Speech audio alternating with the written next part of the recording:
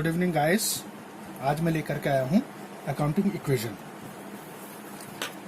जैसे कि हम इक्वेशन से सेंस समझते हैं, दोनों साइड का टोटल बराबर। एसेट्स इक्वल्स टू लायबिलिटीज होता है, asset side equals to liability side. अब लायबिलिटी कंसिस्ट करती है कैपिटल को प्लस लायबिलिटीज को। अब मैं लायबिलिटीज को आपको डिफाइन करना चाहता हूं या डिटेल में बताना चाहता हूं। लायबिलिटीज में क्या क्या आता है। एसेट्स देखिए, एसेट्स पहले हम डिफाइन करेंगे। एसेट्स में cash, bank, sundry debtors, furniture, building, prepaid expenses, machinery, accrued income, bills receivable et cetera, या closing stock etc। Accounting equation है तो इसलिए हमें एसेट्स का साइड का भी मालूम होना चाहिए। एसेट्स में क्या क्या चीज आती है और लायबिलिटीज में क्या क्या चीज आती है। लायबिलिटीज में कैपिटल और लायबिलिटीज को मिला करके पूरी लायबिलिटी साइड कंस्ट्रक्ट होती है। एसेट्स मैंने आपको डिफाइन कर दी है। अब लायबिलिटीज को देखिए। लायबिलिटीज में आते हैं आपके पास bills payable, sundry creditors, outstanding expenses, any advance received. कोई भी हमने एडवांस रिसीव किया हो वो लायबिलिटी साइड को रिप्रेजेंट करता है। अकाउंटिंग इक्वेशन के लिए हमें थोड़ा सा ये समझना होगा एंट्री का नेचर या एक्सपेंस का नेचर या हेड का नेचर यहां पर हमें समझना बहुत जरूरी होगा। डेबिट नेचर देखो किस किस चीज के होते हैं।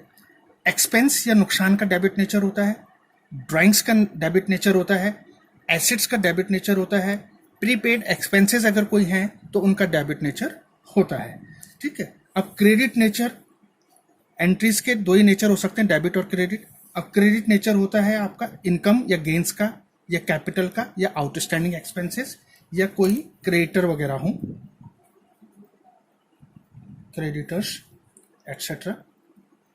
ये हमारे क्या होते हैं, क्रेडिट नेचर्स को बिलोंग करते हैं। इसमें आपने एक कंसेप्ट को फॉलो करना है। अगर कोई चीज अपने नेचर के हिसाब से चल रही है, यानी डेबिट की चीज अगर डेबिट हो रही है जनरल एंट्री में तो वो अपने आप को ऐड बैक करेगी।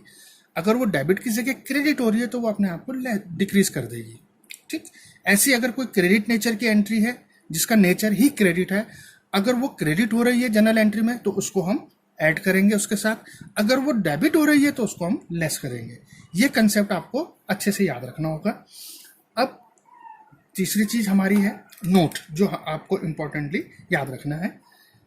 कैपिटल के ऊपर किस किस चीज का फर्क पड़ता है जिससे कैपिटल बढ़ती है, यानी कैपिटल को बढ़ाने के रिसोर्सेज या सोर्सेज क्या क्या है। वो हैं, अगर हम एडिशनल कैपिटल बिजनेस के अंदर लाते हैं, यदि हमारी कोई इनकम होती है, ठीक है, तो ये दो हेड जो है हमारे कैपिटल को इंक्रीज करने वाले होते हैं। ठीक है। अब कैपिटल को डिक्रीज करने वाले कौन से होते हैं। ड्राइंग्स अगर ओनर करता है या एक्सपेंसेस या लॉसेस अगर होते हैं तो हमारी कैपिटल रिड्यूस हो जाती है। बस ये बेसिक फंडा आपने याद रखना है, क्योंकि बैलेंस शीट के अंदर हमारे पास एसेट्स, कैपिटल और लायबिलिटीज ही जाती है, एक्सपेंसेस वहां बुक नहीं होते हैं। तो फिर एक्सपेंसेस का इंपैक्ट कहां जाएगा, उसका असर कहां जाएगा, तो उसका जो असर होता है वो टोटल का टोटल कैपिटल अकाउंट में जाता है। और कैपिटल अकाउंट उससे कभी डिक्रीज होती है, कभी उससे बढ़ती है। अगर इनकम है तो बढ़ेगी और अगर एक्सपेंस हुआ तो वो घटेगी, यानी वो बैलेंस शीट में कैरी नहीं होगा। उसको हमें कैपिटल से सेट ऑफ करना होगा। ठीक है। तो आओ कुछ उदाहरण ले लेते हैं।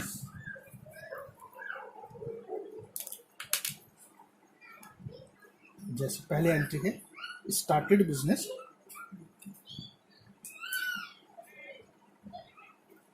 With cash ₹10,000 and goods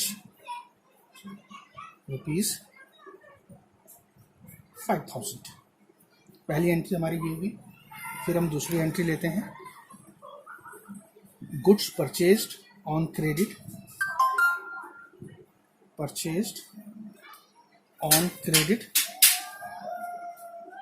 worth ₹1,000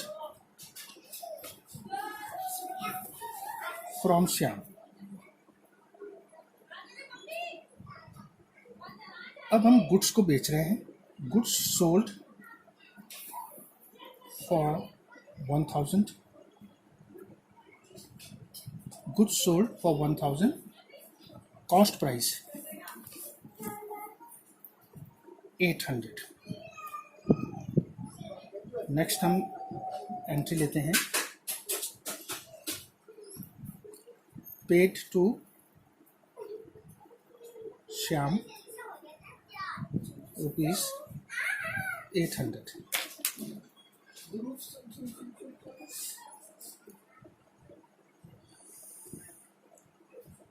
rent paid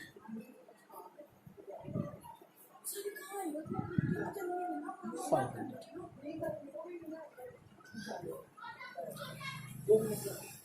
wages outstanding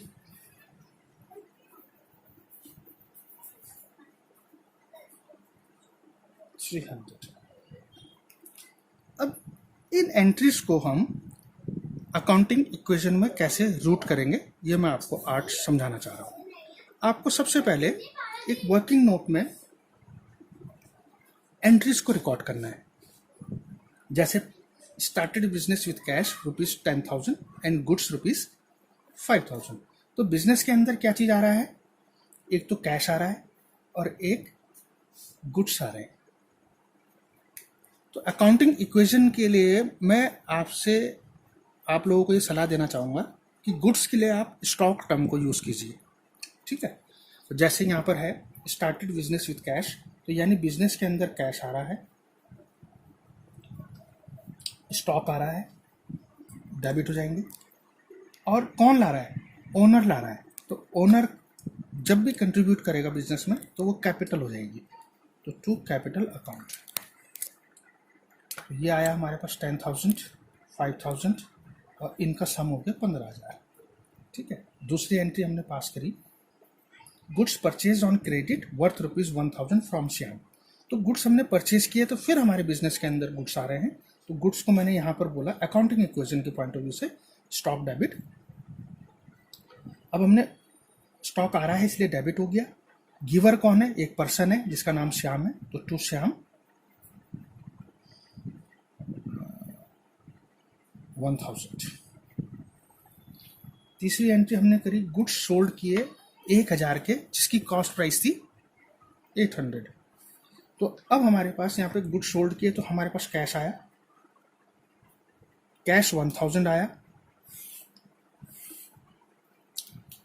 अब यहाँ पे देखिए स्टॉक हमारा कितनी वैल्यू का गया.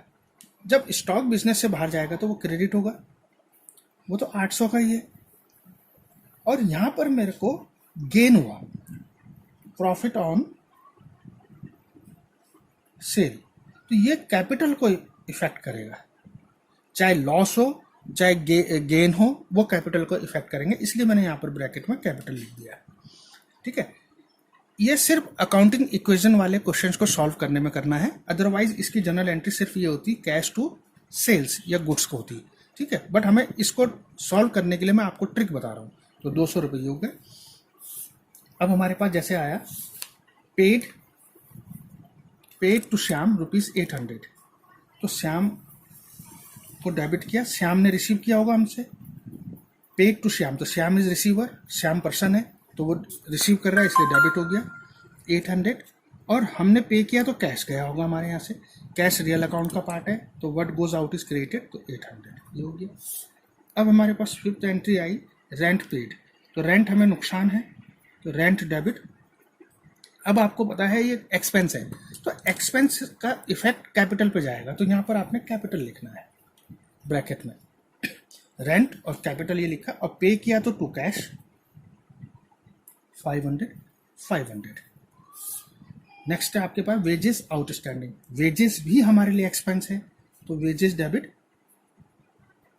अब मैंने यहाँ फिर कैपिटल लिखा क्योंकि एक्सपेंस के लिए मुझे उसको कैपिटल में ले जाना है. और ये आउटस्टैंडिंग है तो टू आउटस्टैंडिंग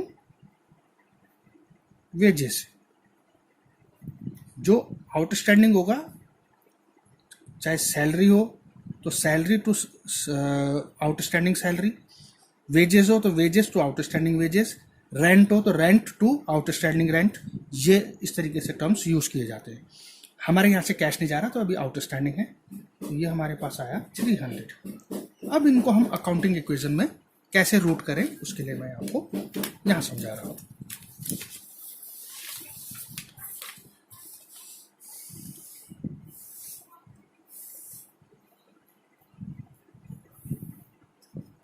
ये सीरियल नंबर, पर्टिकुलर्स,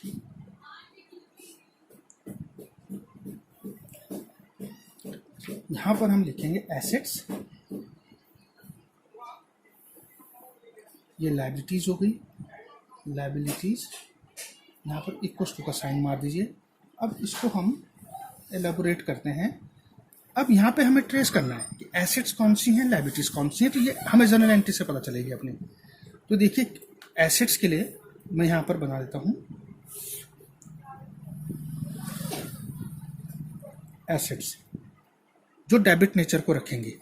देखो कैश है, एसेट है,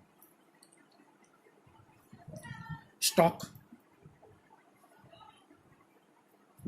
डेबिट डेबिट को देखते हैं, इधर डेबिट इधर डेबिट। स्टॉक हम ऑलरेडी बुक कर चुके हैं तो नहीं कंसिडर करेंगे। कैश हम ऑलरेडी कर चुके हैं। श्याम को हम यहाँ नहीं लेंगे क्योंकि श्याम पहले क्रेडिट हो रखा है, ठीक है। रेंट एक्सपेंस हो गया तो वो कैपिटल को इफेक्ट करेगा, यहाँ पर एसेट्स को नहीं इफेक्ट करेगा। वेजेस भी कैपिटल को करेगी तो उसको भी कंसिडर नहीं करेंगे। तो एसेट साइड में हमारे सिर्फ 2 आइटम आए। अब लायबिलिटी साइड में आते हैं। लायबिलिटी साइड में मीन्स क्रेडिट नेचर की जो चीजें होंगी। तो क्रेडिट में कैपिटल हुआ, जैसे कैपिटल हो गया एक। अब श्याम एक पर्सन है तो ये क्रेडिट में है। तो जब कोई पर्सन हो और उसका नेचर क्रेडिट हो, देखो इनिशियल नेचर क्रेडिट है इसका, पहली एंट्री में क्रेडिट हुआ, तो यानी ये क्रेडिटर बुक होगा हमारे बुक्स में। क्या होगा? क्रेडिटर। अगर पर्सन होता है और उसका जो इनिशियल या स्टार्टिंग का जो नेचर होता है, अगर वो डेबिट होता है उसे सन्डी डेटर्स कहते हैं। तो यहाँ पर क्रेडिटर हो गया। अब स्टॉक हमारा ऑलरेडी डेबिट में है तो इसको हम नहीं कंसिडर करेंगे। प्रॉफिट को हमने नहीं लेना है क्योंकि कैपिटल को इफेक्ट करेगा। कैश हमारा ऑलरेडी डेबिट में आ चुका है तो क्रेडिट वाले को इग्नोर कर देंगे, कैश को फिर इग्नोर कर देंगे। आउटस्टैंडिंग वेजेस क्रेडिट नेचर हो गए। तो ये हेड्स हमारे बन गए। तो अब हम इनको यहाँ पर पुट कर देते हैं। एसेट्स में मेरे हेड हुए कैश और स्टॉक। अब यहां पर मेरे पास आया कैपिटल, इधर आया मेरे पास क्रेडिटर और इधर आया मेरे पास आउटस्टैंडिंग एक्सपेंसेस। ये साइड क्रेडिट नेचर रखती है, ये डेबिट नेचर रखती है। अब जैसे पहली एंट्री है started business with cash and goods. आपने सिर्फ ये लिखना है। तो देखिए जो डेबिट हो रहा होगा वो डेबिट वाले में जाएगा, जो क्रेडिट हो रहा होगा क्रेडिट वाले में जाएगा। तो अब यहाँ पे देखिए कैश डेबिट हो रहा है तो यहाँ आ गया 10,000 कैश में। फिर स्टॉक आपका डेबिट हो रहा है, देखिए स्टॉक यहाँ डेबिट हो रहा है तो ये भी डेबिट वाले में चला जाएगा। तो डेबिट सेक्शन मेरा बराबर हो गया। यहाँ पर फिर इक्वल टू का साइन लगाना है। कैपिटल क्रेडिट है और क्रेडिट देखो 2 में है तो यानी क्रेडिट, तो ये कैपिटल में आ जाएगा 15,000। तो आपकी इक्वेशन पूरी होगी। यहाँ डैश यहाँ डैश। यहाँ पर आप इनको टोटल को लिफ्ट करेंगे इक्वल टू 15,000। यहाँ पे प्लस भी लगाते हैं बट मैं उसको नहीं कर रहा हूँ। पहले हम लिखते हैं न्यू इक्वेशन। अब नेक्स्ट एंट्री का इफेक्ट को देखिए। सेकंड में मैंने क्या किया? गुड्स परचेज किए, गुड्स परचेज्ड ऑन क्रेडिट। तो यहाँ पे देखिए जनरल एंट्री में स्टॉक फिर डेबिट हो रहा है। तो जैसे मैंने बोला कि जो अपने नेचर का होगा और फिर दोबारा वो डेबिट होता है तो वो उसको अपने आप को ऐड बैक करेगा। तो स्टॉक यहाँ पे फिर डेबिट हो रहा है तो वो ऐड हो जाएगा 1000 से। अब यहाँ पे श्याम है तो श्याम तो डेबिट में कोई नहीं है, ठीक है। श्याम मेरा क्रेडिटर में आया है तो यहाँ कैपिटल में कोई इफेक्ट नहीं पड़ा। इस दूसरी एंट्री का इफेक्ट क्रेडिटर में आया तो क्रेडिटर 1000 ये हो गया। अब हम इसको उतारते हैं तो 10,000, ये 5 + 1 6,000, 15 as it is and 1000 as it is और ये डैश। अब हमारे पास आता है कैश। तीसरी एंट्री को हम करते हैं गुड सोल्ड फॉर कैश, इसको कहते हैं न्यू इक्वेशन। ठीक है, गुड सोल्ड। तो अब गुड सोल्ड किया तो इससे हमारी 3 एंट्री लिफ्ट हुई, तो 3 जगह इसका इफेक्ट आएगा। कैश डेबिट में है और डेबिट कैश अपने में डेबिट ही है, तो ये अपने आप को ऐड बैक करेगा, यानी प्लस का साइन होगा। अब स्टॉक देखिए, अब स्टॉक यहाँ पर क्रेडिट हो रहा है और इसका जो अपना नेचर है वो क्या है, डेबिट। तो डेबिट जब क्रेडिट होगा तो वो अपने आप को रिड्यूस करेगा। ठीक है, तो यहाँ पर स्टॉक जो है 800 रुपये से अपने आप को रिड्यूस करेगा। ब्रैकेट का सेंस अकाउंट्स में माइनस होता है, तो ये मैंने 800 रुपये यहाँ बुक कर दिया। अब ये प्रॉफिट है, प्रॉफिट या लॉस से हमारी कैपिटल इफेक्ट होगी। तो कैपिटल का नेचर क्रेडिट है, देखो इधर की साइड का पूरा क्रेडिट है और ये एंट्री में भी क्रेडिट हो रहा है, तो ये अपने आप को क्या करेगा, प्लस करेगा। तो ये हो गया तीनों एंट्रीज का इफेक्ट। अब हम इसको जोड़ते हैं। 11,000, ये गया 5,200, ये हमारे पास 15,200, ये हमारे पास 1,000, तो ये न्यू इक्वेशन हो गई। ठीक है, अब फोर्थ एंट्री हम पास करते हैं। Fourth entry paid to Shyam, paid to Shyam. तो श्याम को हमने पे किया, तो देखो इस एंट्री में श्याम डेबिट हो रहा है और श्याम का इनिशियल नेचर क्या था, क्रेडिट। तो क्रेडिट वाला जब डेबिट होगा तो वो अपने आप को रिड्यूस करेगा, यानी क्रेडिटर हमारा यहाँ पर कम हो जाएगा पहली एंट्री से। ठीक है, अब कैश है, कैश का नेचर डेबिट है, वो क्रेडिट हो रहा है, तो वो अपने आप को ये भी कम करेगा, दोनों साइड से ये माइनस हो जाएंगे। तो ये हो गया हमारे पास 10,200, ये हुआ 5,200, ये हुआ 15,200, ये हुआ 200। ठीक है, तो न्यू इक्वेशन। अब फिफ्थ एंट्री का इफेक्ट देखते हैं। फिफ्थ एंट्री में हमने रेंट को पे किया, पेड रेंट। तो रेंट हमने पे किया, तो इस एंट्री से रेंट हुआ, रेंट एक्सपेंस है और मैंने यहाँ पर कैपिटल लिखा है, देखो। ठीक है, एक्सपेंस कैपिटल को इफेक्ट करेगा। तो रेंट डेबिट हो रहा है, कैपिटल का नेचर क्रेडिट है, ये डेबिट हो रहा है, तो ये अपने आप को फिर रिड्यूस करेगा, यानी कैपिटल कम हो जाएगी। ठीक, और कैश फिर क्रेडिट हो रहा है, कैश का नेचर डेबिट है, तो वो ये भी अपने आप को रिड्यूस करेगा। यहाँ डैश, यहाँ डैश, यहाँ डैश, तो ये हो गया न्यू इक्वेशन 700, 9700, ये 5,200 है एज इट इज। 15,200 में से ये गया तो 14,700 और ये 200 हो गया। अब नेक्स्ट एंड फाइनल एंट्री है wages outstanding. Wages outstanding short में लिख रहा हूँ। ठीक है, तो वेजेस आउटस्टैंडिंग से एक्सपेंस है, डेबिट हो रही है, तो कैपिटल लिखा है मैंने, तो कैपिटल का क्रेडिट नेचर है, तो वो डेबिट हो रहा है, तो अपने आप को रिड्यूस करेगा, 300 यहाँ लेस हो जाएंगे। आउटस्टैंडिंग वेजेस, आउटस्टैंडिंग वेजेस ना तो कैश है ना स्टॉक है, ठीक है, और ना क्रेडिटर है, तो और इसका नेचर क्रेडिट है, तो ये आउटस्टैंडिंग एक्सपेंस में यहाँ बुक हो जाएगा। तो हमारी 9700, 5,200 इक्वस टू ये गया 14,400, 200 और 300। अब हम इनको फाइनली, वैसे तो हर स्टेप में हमें चेक करना चाहिए, बट मैं फाइनली यहाँ चेक कर रहा हूँ डेबिट और क्रेडिट का आपका टोटल बराबर आना चाहिए। तो यहाँ पर मैंने 5,200 009, ओके, यहाँ पर 9700 प्लस 5,200 14,900, इतना ही टोटल इसका होना चाहिए। इसी को अकाउंटिंग इक्वेशन कहते हैं। Both side should be equal 14,900। ये आप हर स्टेप पे चेक कर सकते हैं, जहाँ पर मैंने इक्वेशन लिखा है वहाँ पर ये हमेशा बराबर माना जाएगा। होप आप लोगों को समझ आया होगा, और आप लोग अगर मेरा वीडियो अच्छा लग रहा हो तो प्लीज़ सब्सक्राइब कीजिए और लाइक कीजिए। धन्यवाद।